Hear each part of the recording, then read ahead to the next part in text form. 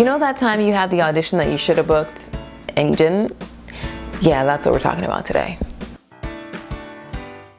Hey there, I'm Asia Ray Coleman, founder of Acting Resource Guru, and I have had these instances, and I know you probably have too, where you go into an audition and you just freaking nail it. You're like, that was amazing. I was that character. The casting director seemed so pleased. Everybody was like, yeah, like nodding their heads. You're like, I freaking booked that.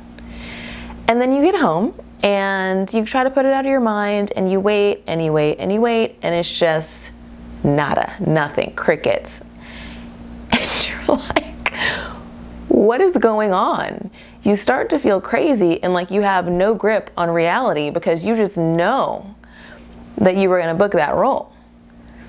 Now, this doesn't happen all the time, but when it does happen, it can be totally crazy making. So you're like, okay, so what do I do? And you may have the temptation to ask your rep, ask your agent or your manager to get some feedback from the casting director because you just like, you know that it was probably good and something happened and whatever. That's not a great idea. And here's why. The first is that there are so many reasons that have nothing to do with your performance why casting may not have chosen you for a particular role. And so the feedback that your agent gets is probably not going to be super helpful. Usually it's just, you know, we're not going any further with her for this role, or yeah, she was great, we just went another direction.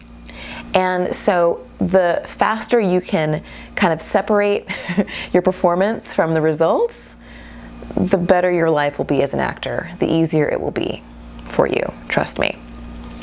The second reason is that we want our agents spending their time getting auditions and pitching us for different opportunities and submitting us for different opportunities.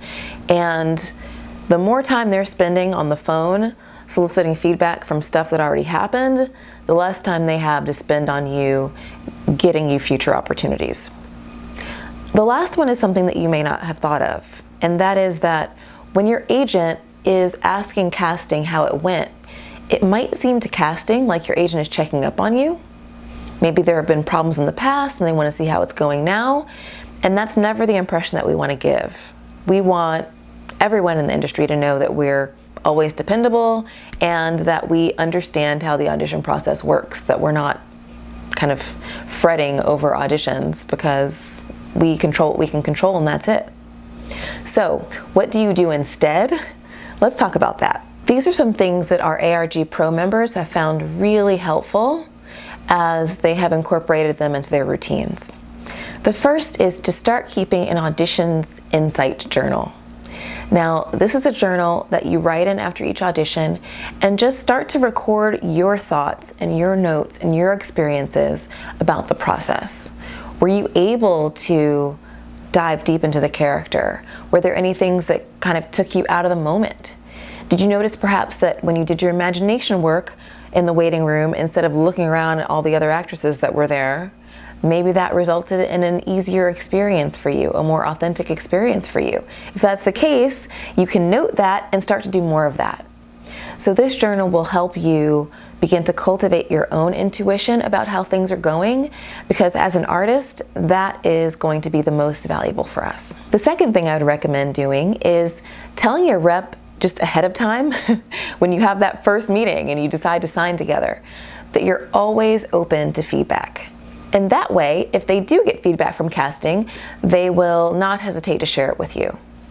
Here's something to be aware of.